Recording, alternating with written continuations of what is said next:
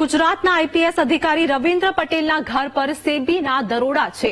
વડોદરાના ભાદર ગામ સહિતના સ્થળ પર એજન્સી દ્વારા દરોડા પાડવામાં આવ્યા। રવિન્દ્ર પટેલ અને તેના સાળાના ઘર પર તપાસ હાથ ધરવામાં આવી છે। શેરબજાર કોમોડિટી મિલકતોમાં નાણાંની હેરફેરની આશંકાએ કાર્યવાહી હાથ ધરવામાં આવી છે।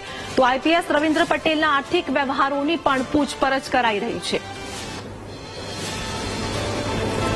તો હાલ સેબી દ્વારા દરોડા પાડવામાં આવ્યા છે। આઈપીએસ રવિન્દ્ર પટેલ સામે સેબીની કાર્યવાહી। રવિન્દ્ર પટેલ અને તેના સાળાના ઘર પર સેબી પહોંચી છે। બેનામી વ્યવહારની આશંકા હાલ સેવાઈ રહી છે। સંવાદદાતા પ્રજેશ અમારી સાથે જોડાઈ ગયા છે। ગુજરાતના આઈપીએસ અધિકારીના ઘર પર દરોડા, શું હાલની વધુ અપડેટ?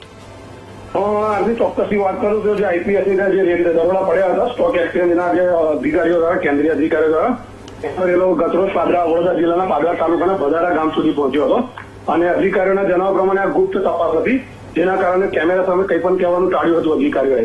અને અધિકારીઓ ત્યાં ગામમાં સવાર 5 વાગ્યાથી ડેરા નાખ્યા હતા। મોડી રાત સુધી તપાસ ચાલુ હતી અને તપાસના અંતે દસ્તાવેજી પુરાવા લઈને તપાસ એજન્સી ગાંધીનગર પહોંચી હતી। આભાર પ્રજેશ સમગ્ર માહિતી આપવા બદલ।